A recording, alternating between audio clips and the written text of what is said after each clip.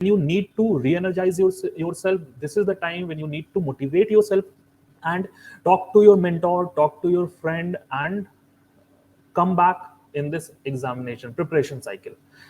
If you don't come back or overcome this decline in energy level in a shorter period of time, then you will fall behind and in this whole race of preparation, and definitely it will impact your marks in your mains. So please stick to the schedule and write all the tests, not only first or second test. Write all the tests on the schedule time, because it will help you in completion of syllabus. And this is especially true for all the year-long test series students who have joined this test series, which is not only for a 2 months period, it is for a say approximately 5-6 months period, and there you need to be very patient. You need that patience, you need that it's kind of marathon you are running. Please remember, this CSC preparation is a marathon, it's not an sprint. If you think that you will start this sprint in the last leg of the race, then you already have lost the race. So just maintain a constant speed, because it's a marathon, and then only you can increase your speed or move to the sprint mode in the last leg. So for all the year long test series students, please write all the tests on time at constant speed. This is the general message to all the students who are preparing for this CSC mains. Now coming back to this discussion is of since it is the first discussion of our test series program, so it is divided into two parts. The first part will deal with or will give you the basics of answer writing. The first part will give you the basics of answer writing. Means it will see to structure how you should structure an answer, in what way you should introduce your answer, in what way you should present your body part, and how you should conclude. And this conclusion holds an important place in your history optional, so that comes under your structural domain. Means, and next to that structure, apart from structure, there are different aspects which holds important place in your answer writing, and which will help you to get better marks in comparison to your competitors. So what are they? So the other one is subject language. To differentiate your answer in GS and optional, the subject language holds an important place.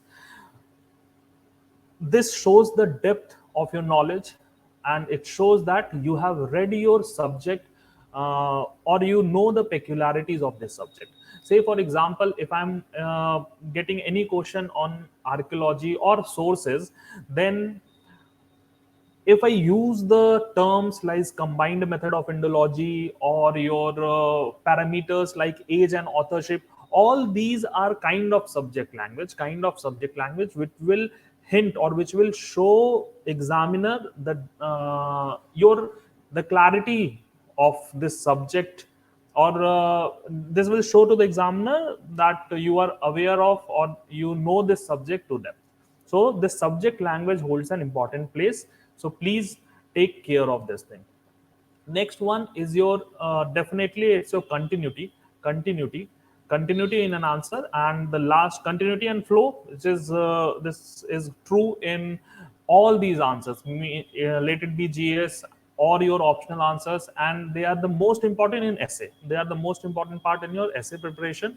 Now, then next point, which is especially or which is very peculiar to this history optional, is your sources and historians views. So all these things we will discuss one by one in our in the first part of this lecture. So let's start with your first thing, that is your structure structure of an answer. And as we know that a good answer consists of mainly three parts: an introduction to that answer, then a body part, and then at the end conclusion. In some answers which are in some questions which are pretty direct forward, there you need not write a conclusion. So there are major, the answer can be subdivided into three sections that we know. Let's start with the first one, introduction. This section or this sub part is the most important. Why I'm saying this is the most important? Because this is the starting point. This is the starting point, and first impression is the last impression. That is true. And also, to start an answer, this is where maximum students take maximum time to write an answer. Means how to start. They give, or they just spend a lot of time. Say for example, if you want to write 10 marker in your 8 to 9 minutes, if it is the time you have allotted for your 10 marker, then it might be a possibility that the first 2 to 3 minutes you have allocated to this allocation, then it will definitely hamper your body part and conclusion. So to minimize that time limit and to leave an impression on the examiner, this introduction section becomes very important. And there are different ways to introduce, but we can categorize, or we can pen down four major varieties or categories of introduction, or the ways of introducing an answer. So what are these four ways? We will see each one of them with example. The first one, the first way of writing a good introduction is to introduce through background. There it is, introduction through background. This is the first way of introduction. And this type of introduction holds or is very important, or will help you in getting good marks, especially in those questions where there is some important event, some important some important event or some important policies which are related to that specific question. If you have that kind of background, or introduce with that kind of background, then it will show not only your subject knowledge, means that depth of your knowledge, and but also it will create the platform for you to write a good answer, and maintain the flow of an answer. So let's see an example. Let's see a practical example first, and then you will understand it better, what I'm trying to convey. Let's see this question. The question says, how far do you agree that early Indians lacked the sense of historiography? Means they want you to comment on the sense of historiography which of the early Indians. This is what the question wanted to convey, or wanted to ask you, and this has been asked in your UPSC, by UPSC in your previous year. This question has already been asked. So we know that the Indologists like V.A. Smith have commented on the sense of historiography of Indians. He has said that Indians lack the sense of historiography, and he gave two arguments in favor of that Indians follow the cyclic time, and the second argument was that there is a changelessness in society. So, and on the basis of these two arguments, he said that Indians lack the sense of historiography. If you introduce your answer with this particular comment of Indologist, then it will, on one hand, it will show the depth of your knowledge, and on the other, it will create the platform over which you can write the body part and your conclusion also. So let's see how you can move forward by introducing this your background of this whole sense of historiography thing. You can, in body part, you can negate both these arguments given by V.A. Smith, and then you can highlight the different historical traditions of India, both the your externalized ones, and the other one which you need to be, means the one which is not externalized, or which doesn't show the historical tradition on surface or on face value, but the historical information need to be priced out from those traditions, like your Itihasa Purana tradition, like your Shramanic tradition, or like your bardic tradition. And in externalized traditions, you can give the examples of your royal inscriptions, royal biographies like Harshcharitra, and even the chronicles of a region like chronicles of Kashmir. So these are different historical traditions which the Indians or which we found in the early Indians. So that story or that continuity of an answer can be maintained only if you start with your background. Start with your background. Understood this thing that starting through background is a good way of introducing an answer. Now moving forward, the other way of introduction, that is introduction through use of sources.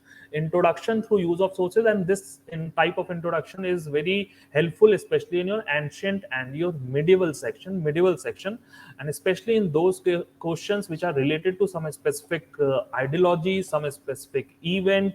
Then you can start with the sources from where you get the information about it. For example, again, see to the practical example, read the question like, do you think the achievements in the field of civil engineering and public works during Firoz Shah Tughlaq's reign were driven by his political ideology? Means you need to connect his works with his political ideology. And if you introduce your answer with the source of his political ideology, then again it will show the depth of your knowledge, depth of your understanding. Say for example, his autobiography Futuhat-e Firoz Shahi is a source of his political ideology, which shows that his political ideology is actually a combination of two principles, the principle of conciliation as well as the principle of benevolence. If you start with this background, then you can actually connect his public work and his in civil engineering works with these two dimensions, how it helped in your, or how it shows his principle of benevolence, or how it shows his principle of this conciliation thing. So those things you need to, this introduction will create a base for writing good body part. Now, so these two ways we understood: introduction through background, and the second one was introduction through sources. The third way of introduction is introduction through definitions. And what is and if you can, it's a very simple method of introducing an answer, but very effective in those questions where the question have some terms or some policies which need to be elaborated upon, which need to be discussed, or which need to be defined first. Say for example, you can read this question, that open door policy in China manifested a new form of imperialism. Examine or explain. So this, what is this open door policy? If you define it upfront, if you define it in introduction itself, then it will leave an impression on the examiner. It will leave an impression on the examiner and will definitely help you in getting good marks. This way of introduction through definition is also, it's kind of a brahmastra which you can use in introducing an answer if you are not getting any other method, or if you are not getting any other way of introducing an answer, because it is one of the easiest one. You can introduce your answer with definition, the related definition to that question. So it is also kind of a last resort kind of thing. Means it's a brahmas which you can utilize if you are not having any other weapons. Then next one is introduction by giving outline of the body part. One way of introducing is that in the introduction I will convey to the examiner that what I am going to write in our body part, in the body section. And this thing works well if there is variety of you can say subject matters to be discussed, variety of subject matters to be discussed. For example, you can see this question: describe the distinguishing features of archaeological cultures found outside in this region during 3000 to 2000 BCE. So here this question is pretty important for your exam, in the sense that these kind of questions once have been asked once have been asked by UPSC and can again be asked. Can again be asked. The period was different for that question. For it was from 15,000 to 1500 to 500 BC, but this 3000 to 2000 BC is again an important uh, time period where you have different cultures flourishing in different regions of Indian continent. So in introduction itself, you can highlight that in body part, I'm going to discuss this Neolithic culture of Kashmir because these were the cultures which were flourishing during this time period. It was not uniformly Neolithic in all over this Indian subcontinent, all over the Indian subcontinent. Between this 3000 to 2000 BC, we know that the northwestern part there was Indus Valley civilization, But at this question asked outside Indus region, so we will leave it. We won't comment over it or we won't write it. But outside this Indus region also, there were different cultures. Somewhere it was Neolithic, somewhere it was Chalcolithic, somewhere it was Neolithic Chalcolithic. So those things you need to, or you can use. These things in your introduction itself, where you can write that in Kashmir we have Neolithic, in South India we have Neolithic, whereas in Rajasthan and your central India we have your Chalcolithic culture. So those things you can highlight in introduction itself, and which will make it clear to the examiner that you have a good understanding of this period and the archaeological cultures or which were present during this period. And in body part you can even elaborate upon the characteristics. In the body part you can elaborate upon the characteristics of these different archaeological cultures which are present or which were present from 3000 to 2000 BC. So these are the major four ways of writing a good introduction. Fine. And why I have given you this four different methods, because this will help you, or this gives you a way to align your thought process. If you have these four different types of introduction, then if you, even when you get a new question in your UPSC exam, then you can start thinking on these lines. Or can I introduce with a background thing, or is do I know a source of this question, or means source related to this question, should I introduce with that, or can I introduce with the definition itself? So these kind of things, if you have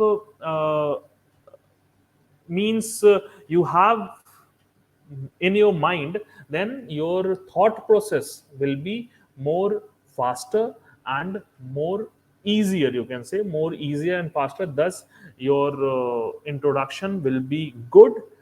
At the same time it will take lesser time.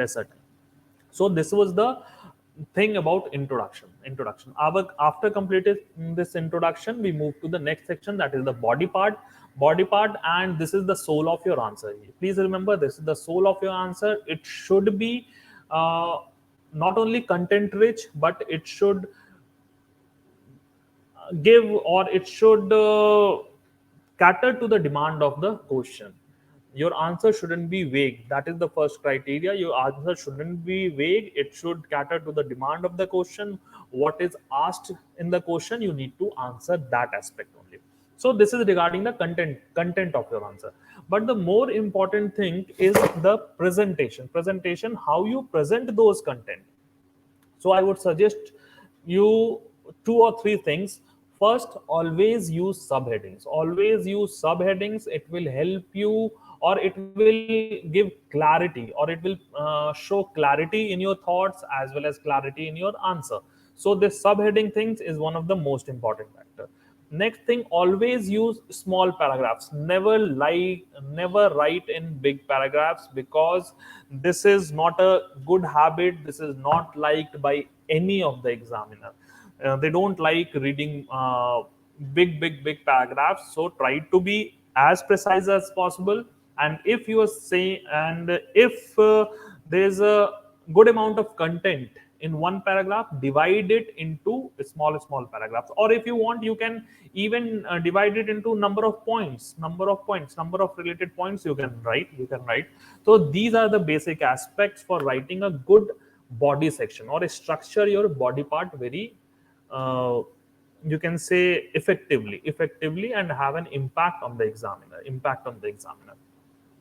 Next thing is conclusion. The third thing of your structure is your conclusion, and this conclusion becomes an holds an important place in your history optional. Why I'm saying specific to this history optional, this thing conclusion becomes very important, because in history there are lots of things which might change the interpretations of an event, might change after discovery of any new source, or reinterpretation or rereading of the old sources. Therefore there is a very famous saying that no one can change the past, not even God, but historian may. Why this is said? Because the interpretation of event by an historian can change by or after the discovery of new sources or reinterpretation of old one.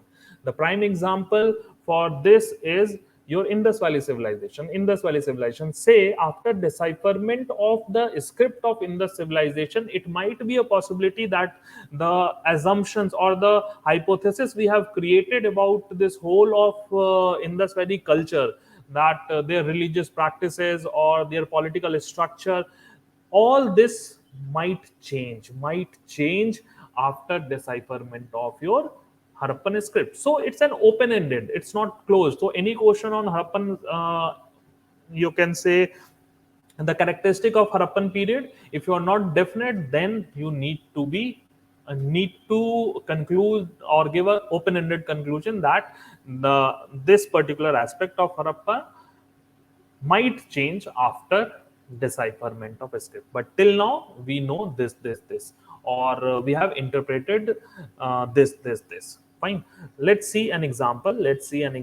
For example, let this the worship of female goddesses associated with fertility was the characteristic feature of Harappan religion. Means female goddesses and feature of Harappan religion. So this is a question related to the characteristic feature of Harappan religion. The command word is critically examine. Fine, that is another aspect, leave it for now. Concentrate on this Harappan religion and their characteristic feature, that is the worship of female goddesses associated with fertility. If you conclude, because all these things or all the comments made on the Harappan religion are based on the interpretations of the archaeological sources, like your terracotta figurines, or they are made on the basis of seeing the parallels or comparing it with the modern parallels. Modern parallels means the type of worship we are practicing right now. So the comparison with modern parallel as well as the interpretation of archaeological findings, these are the major two ways on which we have developed our hypothesis of your Harappan religion. But these hypotheses are subjective, and this whole hypothesis might change after decipherment of your Harappan script. This is true, and thus in conclusion we can write it this way, that you can read this conclusion. Then these arguments are put forward either based on modern parallels, means in comparison to your modern world, or the various interpretations of archaeological findings. But all these hypotheses about this issue are bound to be subjective, especially in view of the fact that script is undeciphered. The decipherment of the script can bring new dimensions in the debate over religious practices in Harappan. So this is an open-ended conclusion. We didn't conclude that the female goddess worship or the worship of female goddess related to fertility was a major characteristic or not. We didn't concluded with that. We in the body part we put our argument. Some started with arguments in favor, but since the question asked you critically examine, so we gave arguments against this point also. But in conclusion we can leave it open ended, that as of now it looks like this, but things can change. So this was one way of conclusion. Next way of conclusion is your giving way forward. And say for example a question is asked on the sources, and where the question says that on the importance of archaeological sources in comparison to your literary or literary sources. If the question is like that, so in conclusion you can show, or you can give the way forward, that there is a need for a collaboration between archaeological findings and your historical research, there, which will help to move away from this text centering historiography, which Indian historiography is, or in some sense you can say was. Some things are changing, but not in totality it has happened. But so this text based historiography will be changed if we try to bring together these archaeological findings as well as the historical interpretations of your literary sources. Even the new developments in fields of archaeology like ethnoarchaeology or analytical archaeologies, and even your marine archaeology, all these things will definitely have improved these archaeological research, and have improved and have brought newer findings.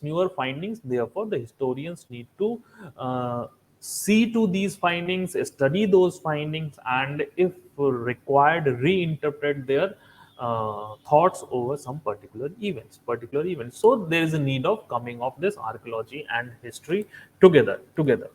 So it's a way forward thing. Again, if you get a question on some archaeological sources or historical sources, then it is known that no single source can bring out the complete picture of any period or any time or any event. Therefore you can conclude with showing that there is a need for to study other sources also, to need to supplement your information from other sources, and there you can quote down this whole method of combined method of indology given by your DD Kaushambi. Combined method of indology. So these kind of things are these are the ways of concluding. So in sources it's a very safe and a very good way of concluding an answer for the in the questions related to sources. So we have seen the structure, which comprises of your three parts, that is introduction, then body, then conclusion. Apart from this structure, as I've already noted down in the first slide itself, that there are other dimensions also, like subject language. Subject language, I have discussed a few things about subject language, that say in previous example you can see the sources, then I use this combined method of analogy. It's a subject language. Even if a question is say regarding sources itself, and it is regarding the authenticity of a source, then you should write that the parameters of authenticity, like age, authorship, the place of composition, the area of circulation, all those things are actually the part and parcel of the subject language. Similarly, if you get a question on Gandhian nationalism, or what are the changes in national Indian national movement now, which are evident after arrival of Gandhi, then you should use the terms like end of politics of limitation. Then you should use the terms like rise of submerged regions. So what are these are the impactful words. These are the words related specifically to those Gandhian methods, or arrival of comment on the change in the Indian national movement after arrival of Gandhi. So you should highlight it. Even if you get a question on Gandhi, then you should write this Gandhian method of satyagraha, and even this whole Gandhian method can be categorized, as Bipin Chanda has told, or have commented on it, as a method of struggle, truth, struggle. So if you write these terms like struggle, truth, struggle, it shows that yes, you understand the this whole method of Gandhi, the Gandhian resistance or Gandhian nationalism. So this is what I meant when I said this subject language, and all this subject language thing, the major aspects which you should write in an answer is given in the gist of our model answer, is given in the gist of our model answer. Therefore, and it has been pinpointed in the gist, therefore you can easily revise from that gist also. In the last section, I'll give you the importance of that gist, why I have created a separate section of gist, that I'll discuss in 1 or 2 minutes time in the last leg of this discussion. But coming back to this basics of answer writing, structure we have seen, subject language we have seen, the third part is continuity. Continuity, again, it is one of the most important aspect. Unless and until your answer having this flow or continuity, then the examiner won't be impressed by your answer. That is true, that is true. And this point is most important for your essay type. Essay, for any essay, it is the most important aspect. Parameter for writing a good essay is continuity. For judging that essay is good or bad is continuity. Then for coming to this history optional thing, yes, continuity is important. How you can maintain that, how you can maintain that. For history, it is an easy thing. Try to write in chronological order. Chronological order, say an answer is having or is connected to events, different events occurred in different point of time. Say one event in 1750, one in 1780, other in 1762. Try to write in a chronological order, like starting from 1750, then 1760, then 1780. Then it will show or maintain the flow. Fine, if you start with 1780 and then move to 1750 and 60, it will look odd, it will hamper that flow of your answer. So it is just a suggestion. Next point, to maintain this flow, what you can do, you can use, or you can say, actually club the similar points together. Club the similar points together. Don't make the mistake of writing the associated points far apart. Say for example, if point number 1 is associated with any thing, say A, I'm just using a hypothetical thing, is related to A, then in point number 1 you have discussed it, then again in point number 4 you are discussing the similar things related to A or anything related to A. So it will break the continuity, it will break the continuity. Try to club it together, and if it cannot be presented in or written down in one point, divide it into 1, 2, 3, but write it in a order, write it in a order, so that it will bring that continuity and flow in your answer. Got it? So we have seen this continuity and flow thing also.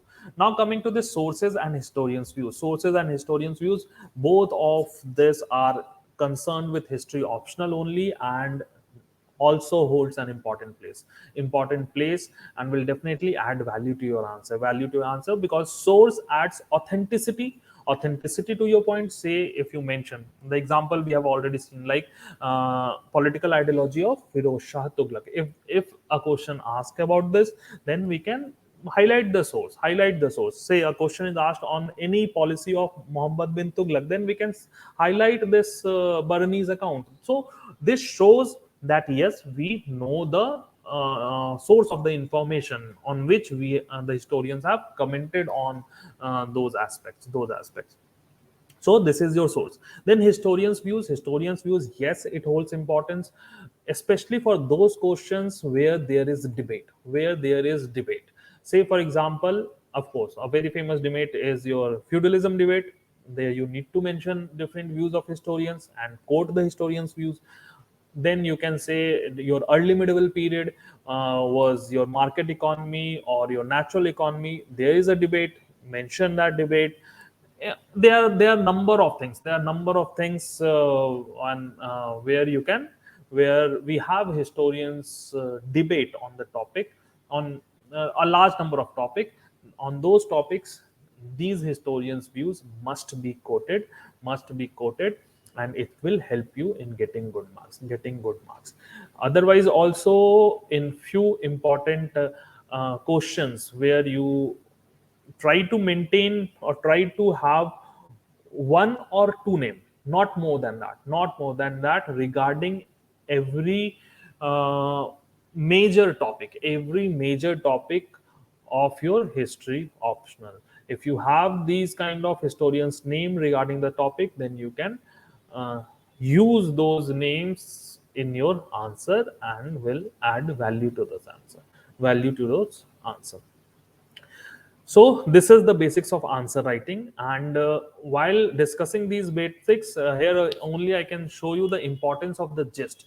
In the gist, we have divided this whole gist. Just the main purpose of gist is to revise, is for revision. At the same time, highlight those points like your historian's views, like the sources, like the subject language, which is not segregated, which cannot be segregated in any book or in any other source. So by doing that, I have given you the important or filtered out the important things from your answer, and if you write those things, it will add value to your answer.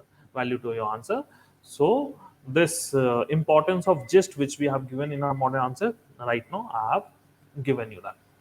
Coming back to this general discussion thing, so basics of answer writing completed, basics of answer writing completed, how to introduce, how to structure your body part, how to conclude, then the flow, and then the use of subject language, use of sources, use of historian views, everything done. Now, so this is how a answer should be approached, or answer writing should be approached. And if you try to evaluate your answers on these parameters, then you will improve with time. Improve with time. It's the test series is not only for writing answer, it's the practice session for improvement, so that when you write your test or write your answers in your CSC examination, then you are ready, or you are writing a improved answer or a very good answer. That is what the main aim of any test series is. Any test series is. So moving to the next dimension of this discussion, that is discuss few basic terms related to your history, related to your history. If you divide history into four subparts: political, your economy, then your social and cultural history. So these four subdivisions, everyone agree with me that history can be studied under these four themes, or these four sub themes or subheadings: political history, economic history, social history, cultural history. And we need to know the exact definition of these terms. We need to know the this you can say the subparts which make up this political history. That is one, two, three, four. What are these subparts which combined together, or which forms part of, or which are part of this political history? That we need to know.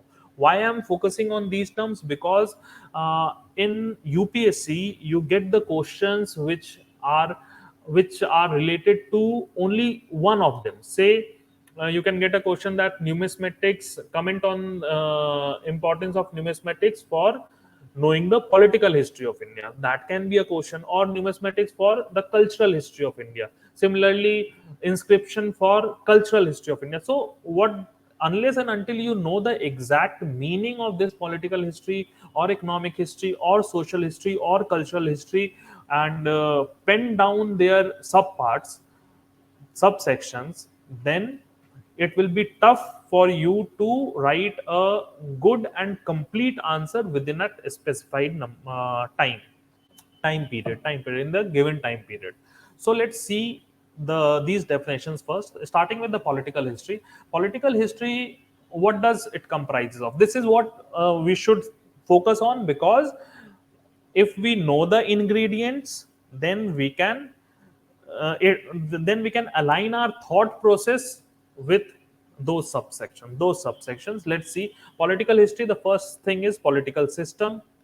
Political system, it can be democratic, means your monarchical form of government and your republican form of government, those kind of city administration or local government, those things are part and parcel of political system.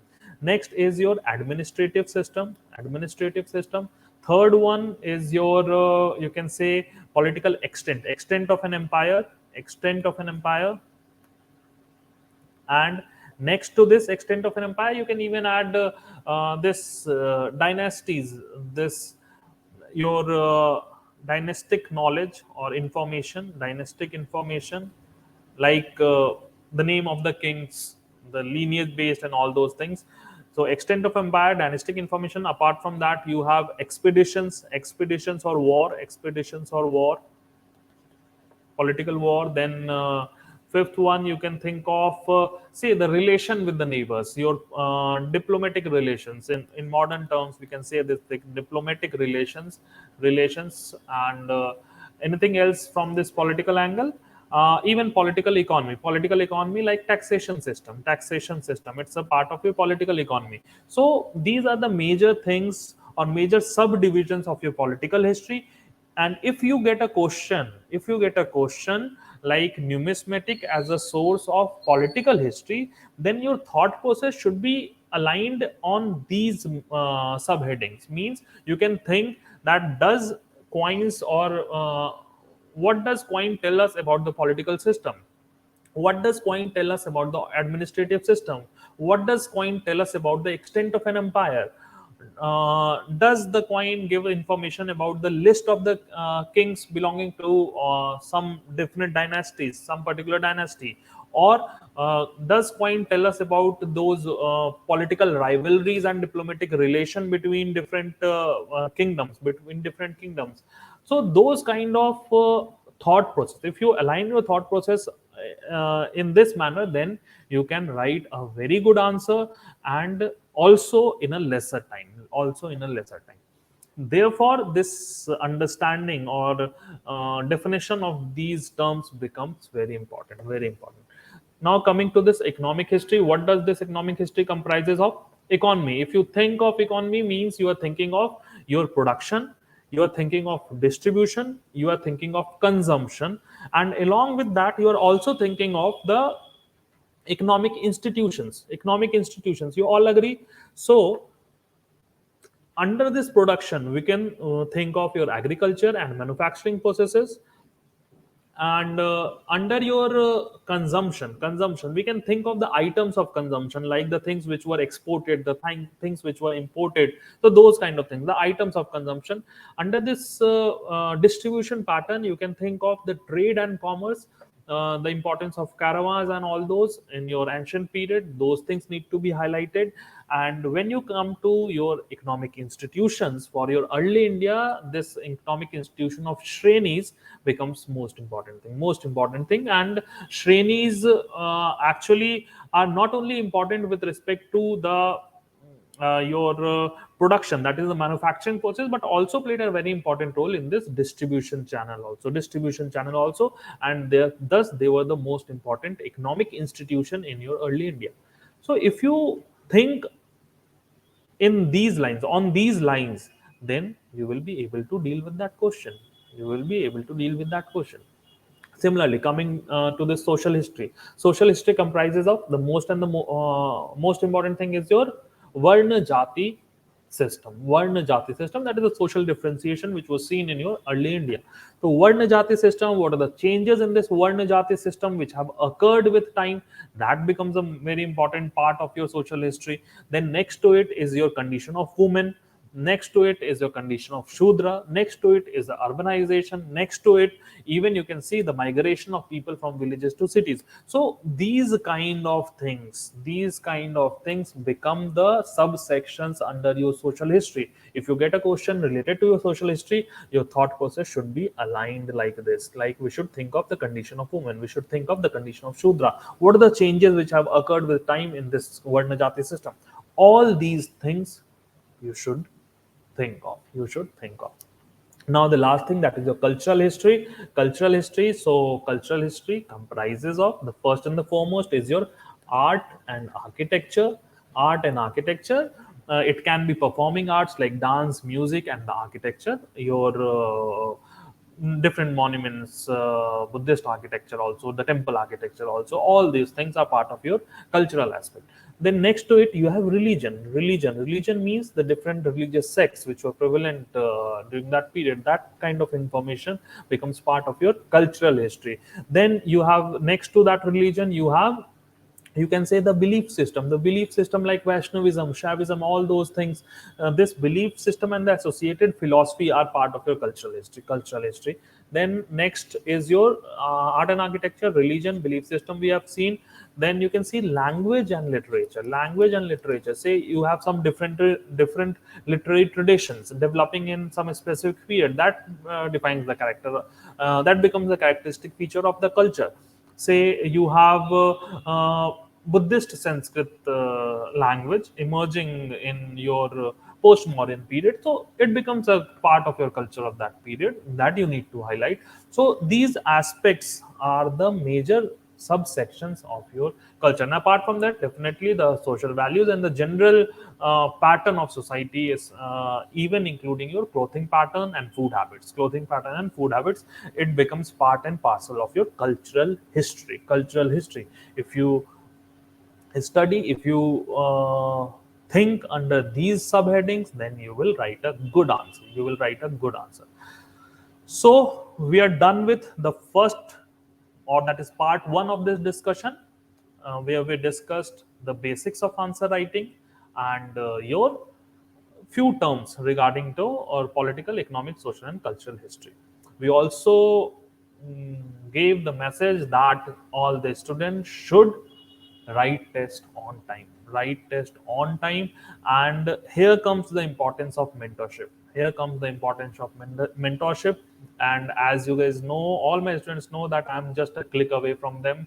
You can drop a message, you can discuss things with me, and but please don't derail from this preparation.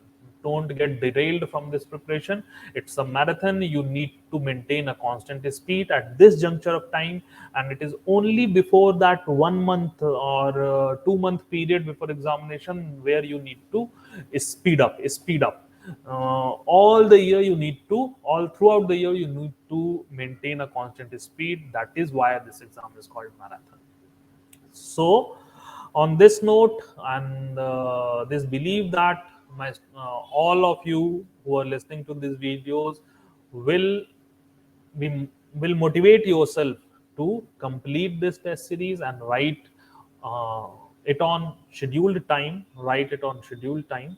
I end this part, and in the next section of this discussion, I'll discuss all the questions which have been asked in the first test, Okay, then thank you